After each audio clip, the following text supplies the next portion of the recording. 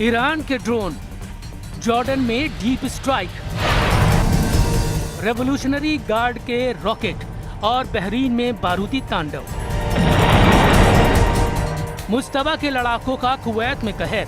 ये सब इस बात का संकेत है कि अमेरिका ईरान का युद्ध अब फाइनल राउंड में पहुंचने वाला है, जहां सिर्फ दो देशों के बीच की लड़ाई नहीं हो रही। अब ये रेंज बनाम रेंज, ड्रोन बनाम एयर डिफेंस और मिसाइल बनाम बम वर्षकों की टक्कर है। प्रेसिडेंट ट्रंप ने ऐलान कर दिया है कि ईरान B-1 बम वर्षक वाला कहर झेलने के लिए तैयार रहे।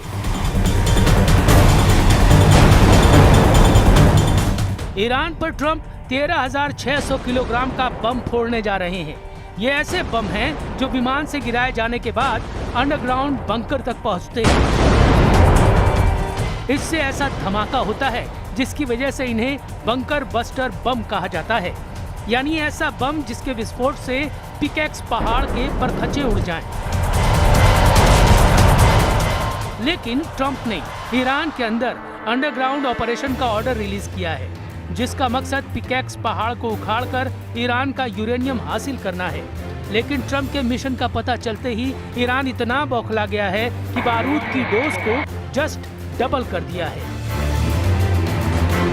ईरान फुल फॉर्म में हमले कर रहा है, बिना रहम किए ट्रंप से हिसाब ले रहा है।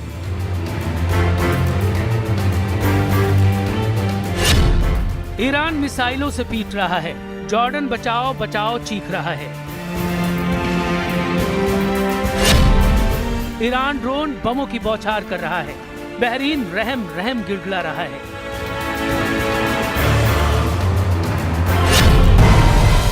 ईरान रॉकेटों से तबाही मचा रहा है, कुवैत ट्रंप से सीज फायर की अपील कर रहा है।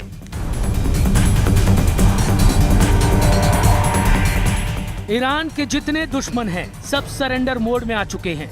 इजराइल तक युद्ध से साइड लेकर एक किनारे खड़ा है। लड़ाई अब सीधे अमेरिका ईरान में चल रही है, जबरदस्त टक्कर हो रही है। अमेरिका रात भर बमबारी करता है, सुबह की पहली रोशनी से ईरान जवाब देना शुरू करता है।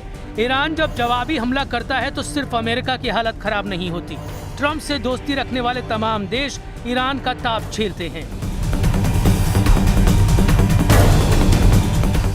ईरान पर अमेरिका के जितने बम गिरे हैं, ऐसे हर धमाके ने अब खाड़ी देशों के मिसाइल डिफेंस सिस्टम का पुर्जा ढीला कर दिया है। ओमान से कुवैत तक, बहरीन से सऊदी अरब तक हर मिसाइल हमले ने ट्रंप को ईरान पर नया प्लान बनाने पर मजबूर कर दिया है। यही वजह है कि ट्रंप ने ईरान को घेरने के लिए अब अपने सबसे विनाशकारी हथियार को उड़ाना शुरू कर दिया है। ब्रिटेन के RAF फेयरपोर्ट एयरबेस से अमेरिकी B-1 स्ट्रेटेजिक बॉम्बर उड़ान भरते देखे गए हैं।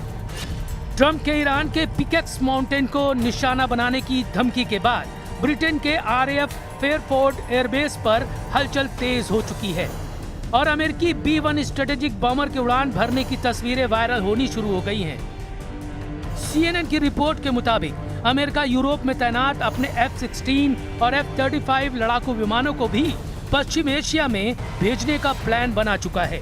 इसके साथ ही एयर टू एयर रिफ्यूलिंग विमान भी ईरान के आसपास भेजे जा सकते हैं। इस बीच इजराइल का बेन गुरियन इंटरनेशनल एयरपोर्ट भी एक मिलिट्री बेस बन चुका है। यहाँ पहले भी अमेरिकी सेना के जंगी हथियार तैनात रहे हैं, लेकिन अब तो इनके वीडियो खुद अमेरिकी मीडिया जारी कर रहा है। इसकी वजह ट्रंप पहले ही साफ कर चुके हैं। ट्रंप तब तक ईरान को बम से मारेंगे जब तक वो उनकी शर्तों पर सरेंडर नहीं करता। Mr. President, there are no signs that Iran is ready to stop fighting. So what is the plan? Is the plan to just keep bombing until they give up? There are no signs. Why, do you know something that I don't know? So talks are still possible? something that I don't know? Do you know something I don't know? Well, tell us. I will tell you. They want to desperately meet, and until they're ready to meet in a meaningful way, we have no interest in even. Trump अगर बमों के जोर से Iran का surrender चाहते हैं तो supreme leader Mushtaba उनके मंसूबे पूरे नहीं होने देने की गारंटी ले रहे हैं। अमेरिका को रोकने के लिए अब ईरान ने बॉर्डर के इलाकों को पुख्ता सिक्योरिटी जोन बनाना शुरू कर दिया है। ईरान के दक्षिण में बंदर अब्बास, जास और सिरिक में अमेरिका ने भयानक हमला किया, तो ईरान के पश्चिम में खुजेस्तान के अहवाज, महशहर, बंदर इमाम और आबादान में हवाई हमले कर रहे हैं। इसके अलावा तबरीज में अमेरिका ने तबाही मचाई है, लेकिन अब रेवोल्यूशनरी गार्ड इन्हीं वॉर जोन को अमेरिकी मिसाइलों और जेटों का कब्रगाह बनाने की तैयारी कर रहे हैं।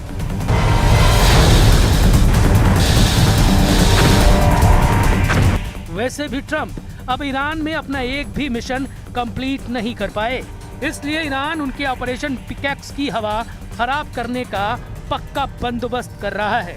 ट्रंप कहां-कहां फेल साबित हो चुके हैं, उसे पहले जान लेते हैं। उनका पहला मकसद ईरान के परमाणु कार्यक्रम को जड़ से उखाड़ना, मतलब पूरी तरह से खत्म कर देना। लेकिन क्या ऐसा हुआ? 400 किलो संवर्धित यूरेनियम को लेकर अब भी सवाल उठ रहे हैं। इसलिए ये मकसद नाकाम ही दिख रहा है, क्योंकि ट्रंप फोर्स को ईरानी यूरेनियम की करेक्ट लोकेशन तक शायद ही पता है। ट्रंप का दूसरा मकसद ईरान के मिसाइल जखीरे को मिटा देना, लेकिन ईरान के कमांडर दावा कर रहे हैं कि उनके पास इतनी मिसाइल है कि ईरान 20 साल तक लगातार युद्ध लड़ सकता है। इसलिए ये मकसद भी फेल हो गया। ट्रंप का तीसरा मकसद ईरान में बगावत करवा के तख्ता पलट करना था, लेकिन मुस्तफा खमेनी ने ईरान के सर्वोच्च नेता का पद बखूबी संभाल लिया है और ईरान की मिलिट्री लीडरशिप भी कायम है। यानी ट्रंप के तीनों मकसद नाकाम साबित हुए हैं। ईरान ये वादा कर रहा है कि ट्रंप जितनी भी प्लानिंग करना है करते रहें। उनकी धमकियों और धौस से ईरान डरने वाला नहीं। ट्रंप को अगर ईरान में कुछ हासिल होगा तो वो हार है।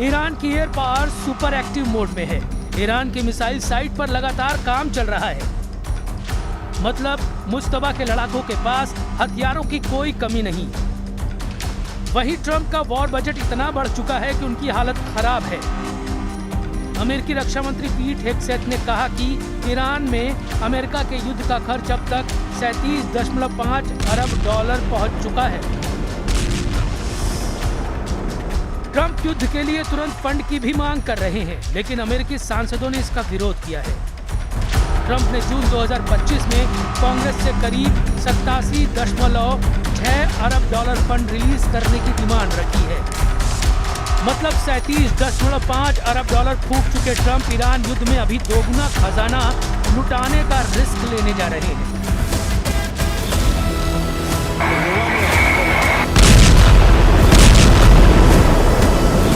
अमेरिका में ज्यादातर सीनेटर ट्रंप के वॉर बजट बढ़ाने पर भड़के हुए हैं, जबकि अमेरिकी रक्षा मंत्री दावा कर रहे हैं कि यही सही समय है जब अमेरिकी सेनाओं को ज्यादा से ज्यादा बम दिए जाएं।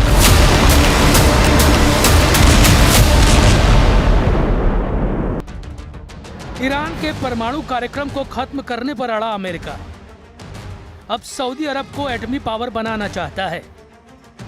ट्रंप ने सऊदी अरब के साथ परमाणु समझौते को औपचारिक रूप से मंजूरी दे दी है। ये डील हुई तो सऊदी अरब को अमेरिका से मिलेगा एक सिविलियन न्यूक्लियर प्रोग्राम और फिर सऊदी अरब यूरेनियम संवर्धन भी कर पाएगा। ये डील अरबों डॉलर की हो सकती है। इस पैकेज में 123 एग्रीमेंट शामिल है। यह समझौता एक तरह से वो नियम है जिसके तहत दूसरे देशों के साथ अमेरिका न्यूक्लियर डील करता है। यूरेनियम संवर्धन वो प्रक्रिया है जो 90% तक की जाए तो परमाणु बम भी बनाया जा सकता है। 123 एग्रीमेंट अमेरिकी एटॉमिक एनर्जी एक्ट 1954 की धारा 123 के तहत होने वाला परमाणु सहयोग समझौता है। इसके जरिए अमेरिका किसी दूसरे देश के साथ सिविल न्यूक्लियर टेक्नोलॉजी, ईंधन और तकनीकी सहयोग कर सकता है, लेकिन आमतौर पर ऐसे समझौतों में ये शर्त होती है कि दूसरा देश परमाणु हथियार बनाने की कोशिश नहीं करेगा। लेकिन सऊदी अरब के क्राउन प्रिंस सलमान 8 साल पहले ही अपने इरादे जाहिर कर चुके हैं। मोहम्मद बिन सलमान ने 2018 में एक बयान में कह रखा है कि अगर ईरान ने एटम बम बनाया तो सऊदी अरब भी एटम बम बनाएगा। शायद ट्रंप के लिए भी ईरान के परमाणु हथियारों की काट प्रिंस सलमान को साधने में दिख रही है। इसलिए खाड़ी में नया परमाणु पावर बनाकर वो ईरानी खतरे को बैलेंस करना चाहते हैं, लेकिन अभी ये बहुत दूर की बात है। अभी तो आलम ये है कि ईरान खाड़ी देशों को अपने इशारे पर नचा रहा है। ईरान जिसे चाहता है उसे मिसाइल से तोड़ दे रहा है।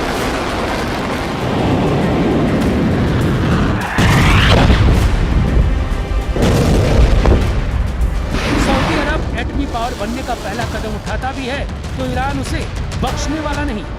दोनों मुल्कों की पुश्तैनी दुश्मनी का ये राउंड सबसे खौफनाक होगा, क्योंकि ईरान के पास युद्ध में एक तरफा बढ़त है तो सऊदी अरब के पास ट्रंप का फुल बैकअप, यानी अरब वर्ल्ड का युद्ध भी जबरदस्त और विनाशकारी साबित हो सकता है।